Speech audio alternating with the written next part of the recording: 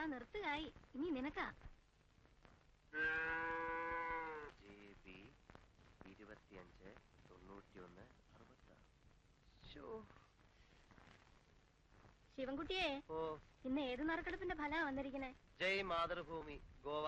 വെളിച്ചാവണേന് മുമ്പ് പത്രം നോക്കിയിരിക്കുന്ന കണ്ടപ്പോഴേ തോന്നി കിട്ടുന്ന കാശ് വെറുതെ കൊണ്ടുവന്ന് കളയാന്നല്ലാതെ. തല 4 രൂപയുടെ വ്യത്യാസത്തിലാണ് നഷ്ടപ്പെട്ടത്. ഒന്നാം സമ്മാനം 5 ലക്ഷം.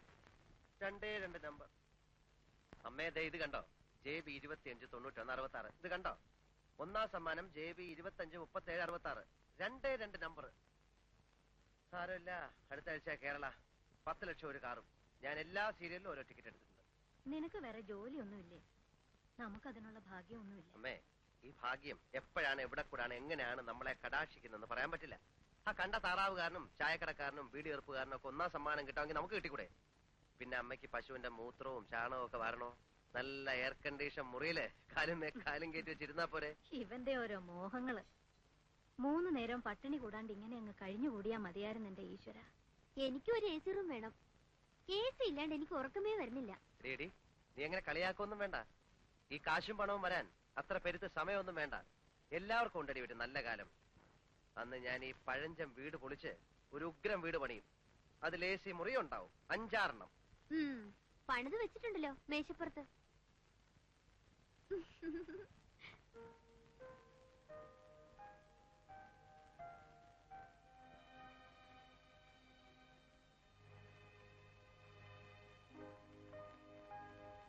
പോളിടെക്നിക്ക് പഠിച്ചോണ്ട് ഇതൊരു ഉപകാരം.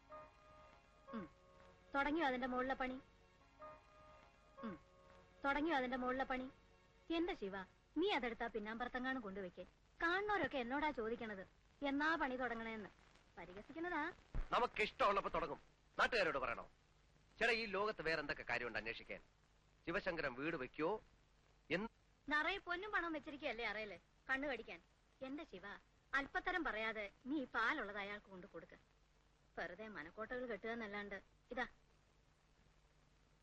പാല് കുറവാ, 3 കുപ്പി തികയില്ലാന്ന് പ്രഭാരനായരോട് പറ. കറന്നെടുത്താ മാത്രം പോരാ, അതനുസരിച്ച് പാലുണ്ടാകാൻ പയ്യന്റെ ഉള്ളിലേക്കും വല്ലതും കൊടുക്കണം. വെള്ളം ചേർത്താലോ? എന്നിട്ട് വേണം ആ 1000 കുപ്പിയോടെ മുഖത്തറിയാൻ. വിഷമൊന്നും അല്ലല്ലോ, പാലിൽ ഇത്തിരി വെള്ളം ചേർക്കുന്നത് നല്ലതാ. വേണമെങ്കിൽ മതി.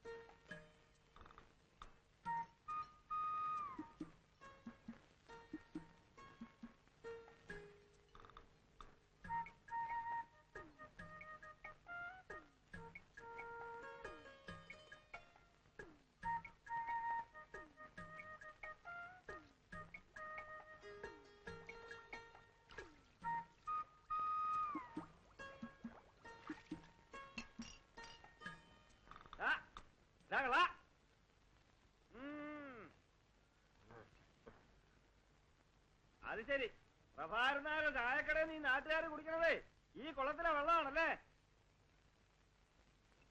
നോക്കിക്കൊണ്ട് പോടാ, ചിലപ്പോ വല്ല മീനും കാണുമോ? നീ മീനൊന്നും കേറിയിട്ടില്ല. ആ അല്ലെങ്കിൽ പിന്നെ 2 മീൻ ഇപ്പൊ കയറിയാലെന്താ? ഉച്ചയ്ക്ക് വറുത്ത ചോറിന്റെ കൂടെ കൊടുക്കാം.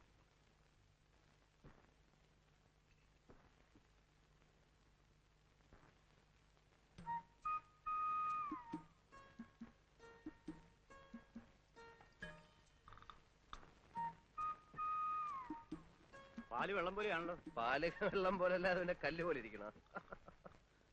അത് വേണ്ട, പക്ഷെ പാല് പാലായിരിക്കണം. ഇത് മുഴുവൻ വെള്ള വേണ്ട. അതോ, അത് ഇന്നലെ കുറെ കൂടുതൽ വെള്ളം കുടിച്ചു. കൂടുതൽ വെള്ളം കുടിച്ചാ പാലിന്റെ കൊഴുപ്പ് കുറയും അല്ലേ? എന്റെ ശിവശങ്കര, പ്രഭാകരൻ നായരുടെ അടുത്ത് വേണോ ഈ വിളവ്? ഏതായാലും ഇന്ന് ഞാനിത് തിരിച്ചരുന്നില്ല. നാളെയും പയ്യെ കൂടുതൽ വെള്ളം കുടിച്ചാ ആ പാല് നമുക്ക് വേണ്ട. അമ്മയോട് പറഞ്ഞേക്ക്. ഓരോ തെറ്റിദ്ധാരണകളെ ചേട്ടാ. ഞങ്ങളൊക്കെ കറക്കുന്ന മൊന്തയില് ഒരു തുള്ളി വെള്ളം കാണത്തില്ല. ഈ പാലില് വെള്ളം ചേർത്ത് വിട്ടിട്ടൊന്നും എനിക്ക് ജീവിക്കേണ്ട കാര്യമില്ല. എനിക്ക് ഒന്നാം തരം ജോലിയുള്ളതാ. ഗോവിന്ദൻ കൺട്രാക്ടിന്റെ അടുത്തൊന്ന് നീ പോന്നു പറയുന്ന കേട്ടു. പോന്നു. അതുകൊണ്ടെന്താ, ഇപ്പോഴേ ഞാൻ ഒന്നാം തരം ഒരു മെഡിക്കൽ കമ്പനിയുടെ റെപ്രസെന്റേറ്റീവാ. അറിയോ? വാചോടിക്കാതെ പോ.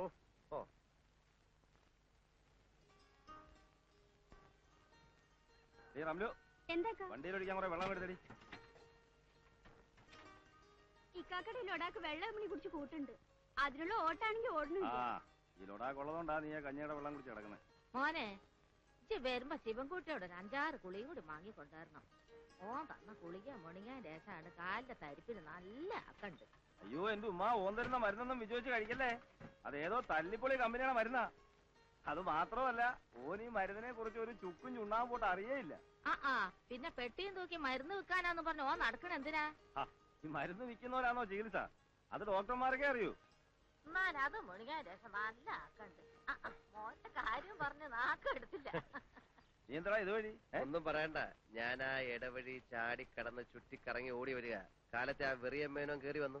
ഞാൻ അയാൾ കാണാതെ അടുക്കള ഒഴുങ്ങി പോന്നു. അത് ശരി, ഇങ്ങനെ ഒളിച്ചു കളിച്ചിട്ട് എന്താ കാര്യം? പിന്നല്ലാതെ എത്ര അവധി എന്ന് വെച്ചാ പറയാ. സാധാരണ അച്ഛന്മാര് മക്കൾക്ക് സമ്പാദിച്ചു കൊടുത്തിട്ടാ മരിക്കുക. പൂക്കാട്ടുശ്ശേരി പരമേശ്വരൻ നായര് 3 മക്കൾ കൂടെ സമ്പാദിച്ചു കൊടുത്തിരിക്കുന്ന നാട് മുഴുവൻ കടവാ. ഒക്കെ ശരിയാവും എന്റെ ശിവൻകുട്ടിയെ, ഈ സമാധാനിക്ക്. ഒക്കെ ശരിയാവും. ഞാനൊരു കത്തിയും കഠാരിയായിട്ട് ഇറങ്ങണം, കക്കാനും പിടിച്ചു പറിക്കാനും ഒക്കെ. നീ ഇത്ര ബേജാറാവണം എന്തിനാ? ഇതൊക്കെ തന്നെയാ ജീവിതം എന്ന് പറയുന്നത്. ഓരോരുത്തർക്കും അവരവരുടെ പ്രശ്നങ്ങൾ. ഇതിലിത്ര വിഷമിക്കാൻ എന്തോ കാര്യം? ബാലേട്ടനെ മിടുക്കൻ. ജോലിയും കുടുംബവും ഒക്കെ ആയപ്പോ മൂപ്പര് സൂത്രത്തിൽ അങ്ങ് മാറി. കുടുംബം നോക്കാനും കടക്കാരോട് സമാധാനം പറയാനും ഞാനുണ്ടല്ലോ. കഞ്ഞി വിളമ്പിക്കണു. നീ വല്ലതും കഴിച്ചിട്ടാണോ ഇറങ്ങിയത്? എനിക്ക് വേണ്ട. എന്നോട് ഉളമ്പോ ഇവൻ വീട്ടിന്റെ പിന്നാമ്പുറത്തോടെ മുങ്ങിയതാ. ഇയാള് വേഗം കഴിച്ചിട്ട് വാ, വണ്ടി പോവാം. അപ്പൊ അയാളുടെ കണ്ണിപ്പെടാണ്ട് പോവാലോ. അതെന്താ, ഞങ്ങളുടെ കഞ്ഞി കഴിക്കൂലേ? ഇതൊക്കെ ഇവന്റെ ഒരു നമ്പറല്ലേടി. പണ്ട് വാപ്പ ഉണ്ണാൻ വരുമ്പോ ഉമ്മയ്ക്ക് ഓർമ്മയുണ്ടോ? എവിടെയാണേലും അവൻ പറന്നെത്തും. വിളിച്ചാ വരത്തില്ല. എന്നാ അവിടെ ഇവിടെയൊക്കെ പതുങ്ങി ഇന്നലെ ശബ്ദം ഉണ്ടാക്കി. താറാമുട്ട പൊരിച്ചു കിട്ടാനുള്ള കൊതിയാ. വാപ്പയ്ക്കതറിയാം. മൂപ്പര് ഒരു കഷ്ടം അങ്ങോട്ട് കൊടുക്കും. കിട്ടിയാ പിന്നെ ഒരു നിമിഷം നിക്കത്തില്ല, പറക്കുന്ന കാണാം. പള്ള കായാണ്ട് വല്ല കഴിച്ചിട്ട് കഞ്ഞിക്ക് എന്താ കൂട്ടാൻ? കഞ്ഞിക്ക് എന്താ കൂട്ടാൻ? കഞ്ഞിക്ക് കൂട്ടാൻ കച്ചിൽ. നെറുകേട് കാണിക്കുന്നതിന് ഒരു അതിരുണ്ട്. ഞാനെന്താ നിങ്ങളുടെ കളിക്കുട്ടിയാ? പൂച്ചവാക്കിൽ വാ പട്ടുവാക്കിൽ വാന്ന് പറഞ്ഞ് എന്നെ കുരങ്ങ് എളുപ്പിക്കാൻ തുടങ്ങിയിട്ട് കൊല്ലം 5-6 ആ ബാലകൃഷ്ണടുത്ത് ചെന്നപ്പോ അവനില്ലാത്ത പ്രാരാബ്ധമില്ല. ശിവൻകുട്ടി തരുമെന്ന് പറയും. ശിവൻകുട്ടിയുടെ അടുത്ത് വരുമ്പോ പാടത്തെ തവള കരയണമാതിരി തറാന്ന് പറയും. ഇപ്പൊ എന്റെ നേളില് കണ്ടാവും മുങ്ങി നടക്കുക.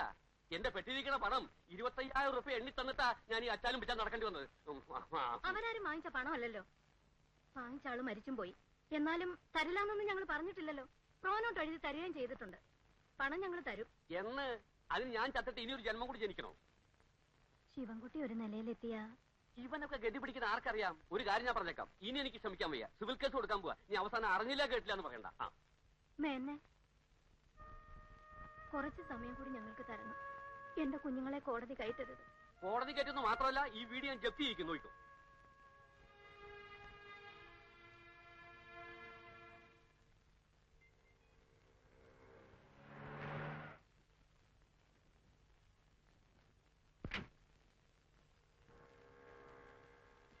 എത്ര രൂപയായി? എത്രയായാലും ഓഫീസിൽ ഒന്ന് വാങ്ങിച്ചോളൂ. ഏത് ഓഫീസ്? നീ എന്തോ ഈ പറയുന്നേ?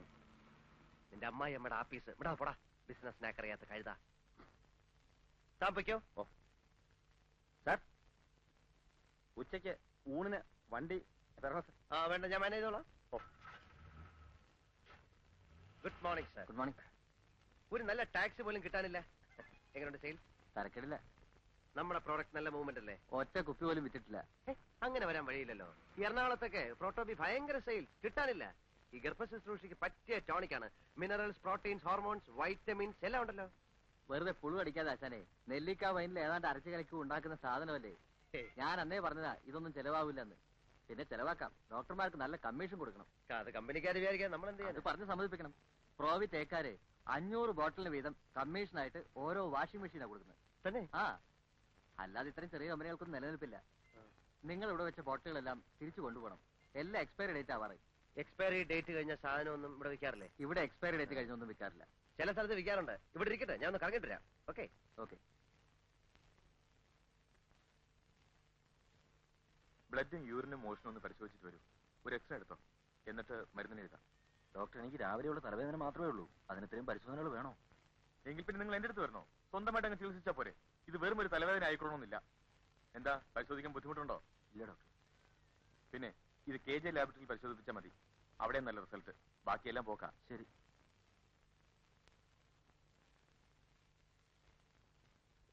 Good afternoon doctor. ആ. I am Shivashankar from Proto pharmaceuticals. ഇരിക്കും. ഞാൻ മുമ്പൊരിക്കൽ ഡോക്ടറെ വന്ന് കണ്ടിരുന്നു. ഓ, ഞാൻ ഓർക്കുന്നില്ല. ഞങ്ങളുടെ പ്രോട്ടോ ബീറ്റ് ടോണിക് വളരെ എഫക്റ്റീവ് ആണ്. പക്ഷേ ഡോക്ടർ ഒന്നുപോലെ ഇതുവരെ എഴുതിയില്ല. ഇത്തരം ചെറിയ കമ്പനികൾ ഞാൻ എഴുതാറില്ല. ഞങ്ങളുടെ കണ്ടന്റ് എന്താണെന്ന് നോക്കണം ഡോക്ടർ. അതിന്റെ ആവശ്യമില്ല. ടോണിക്കുകളുടെ ബഹളമാണ് ഇവിടെ. പിന്നെ ഈ ടേബിൾ ഫാൻ കണ്ടോ? കണ്ടു. അത് പ്രോവിറ്റേക്കാരുടെ കോംപ്ലിമെന്റ്സ് ആണോ? പിന്നെ ഈ ടേബിൾ കണ്ടോ? കണ്ടു. വിറ്റ ബീറ്റോളുകാരുടെയാണ്. ദാ ബ്യൂറോ. മനസ്സിലായി, എനിക്ക് മനസ്സിലായി. ഞങ്ങളുടെ കമ്പനിയും കോംപ്ലിമെന്റ്സ് കൊടുക്കുന്നുണ്ട്. പക്ഷെ എല്ലാവർക്കും ഇല്ല. ഡോക്ടറെ പോലെ നിറയെ പ്രാക്ടീസ് ഉള്ള ആൾക്കാർക്ക് മാത്രം. എന്തൊക്കെയാണ് നിങ്ങളുടെ compliments? 1000 bottle Proto B prescribe ചെയ്താൽ ഒരു ഫ്രിഡ്ജ്, 5000 ഒരു കളർ ടിവിയും ഒരു VCRും, 10,000 ഒരു ചെറിയ Maruti car. Oh really, that's interesting. എന്താ നിങ്ങളുടെ ടോണിക്കിന്റെ പേര്? Proto B Heltonic haemoglobin syrup with vitamin B12 and sorbitol. ഗർഭ ശുശ്രൂഷയ്ക്ക് പ്രോട്ടോ ബി.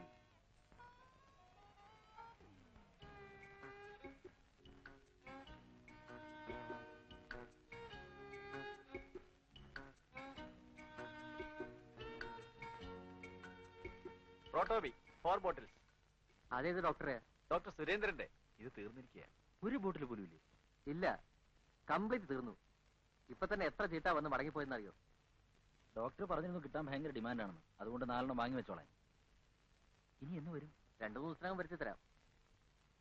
വേറെ എവിടെയെങ്കിലും കിട്ടുമോ? എല്ലാ മെഡിക്കൽ ഷോപ്പിലും ഔട്ട് ഓഫ് സ്റ്റോക്കാ. അന്വേഷിച്ച് നോക്ക്. എന്താ അസുഖം നിങ്ങൾക്ക്?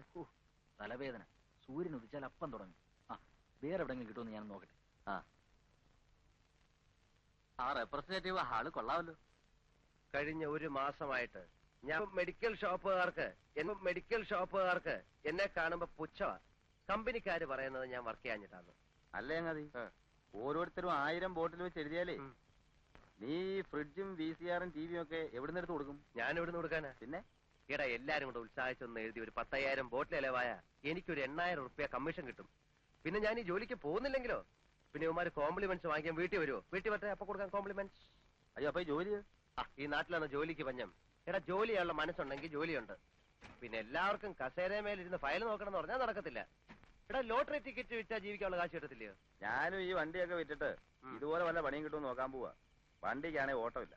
ഓടി കിട്ടുന്ന കാശ് വല്ല വർഷാപ്പിലും കൊടുക്കണം. നീ ഒന്ന് അടിച്ചു നോക്കിയാ ചാട്ടാവുന്നു. കേരള ദൈവമേ, വഴി കിടത്തല്ലേ. നീ ഇവിടെ കേറുന്നുണ്ടോ? കേറിയില്ലെങ്കിൽ? കേറിയില്ല, ഇവിടെ വഴി കിടക്കാം. കേറിയാൽ? കേറി അവിടെ വീട്ടിൽ കിടക്കാം.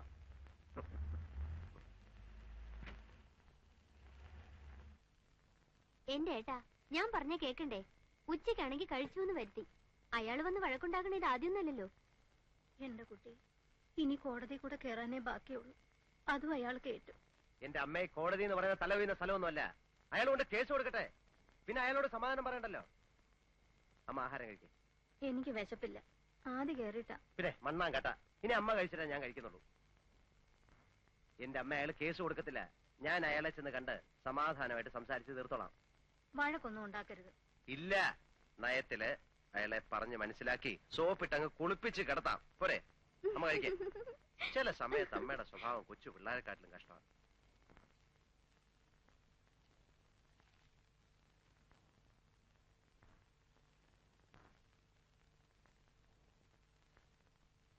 എന്ത് വേണം? ഞാൻ ചേട്ടനെ ഒന്ന് കാണാമെന്നാ.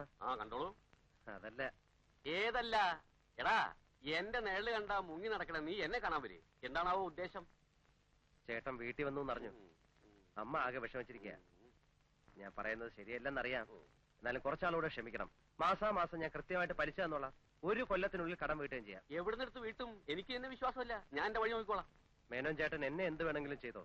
എന്റെ അമ്മയെ വിഷമിപ്പിക്കരുത്. എടാ, നിന്റെ അച്ഛൻ ചെയ്ത ചതിക്ക് നിങ്ങളൊക്കെ അനുഭവിക്കണം. 3 മാസത്തെ അവധിയും പറഞ്ഞ് വാങ്ങിച്ചോണ്ട് പോയതാ. ഇപ്പൊ കൊല്ലത്രയായി. മുതലുമില്ല, പലിശയില്ല. ഇനി നിങ്ങളടുത്ത് ഞാൻ വരണില്ല. ഇവിടെ നീതി നിയമമുണ്ടോ ഞാനും നോക്കട്ടെ. ഞാൻ കാല് പിടിക്കാൻ ചേട്ടാ. ഇറങ്ങിപ്പോടാ തെണ്ടി കള്ളവർഗ്ഗങ്ങൾ. എടോ, ഇത്രയും നേരം തന്റെ കാല് ഞാൻ പിടിച്ചത് തന്റെ അച്ഛന്റെ കൂട്ടുകാരനായതുകൊണ്ട് ഇടിച്ചതിന്റെ ഷേപ്പേ മാറ്റിക്കളയും. താൻ എന്നെ കോടതി കയറ്റല്ലോ. കേട്ടൂടാ. ഞാൻ കോടതി കയറുന്നത് തന്നെ കൊന്നിട്ടായിരിക്കും. താൻ ആണാണെങ്കിൽ എനിക്ക് വക്കീലോട്ട് സഹിക്കണോ? അത് എന്റെ മരണമാ. എന്താ കാണണോ? എടാ ശിവൻകുട്ടി, നീ പോക്കിരുത്തരാ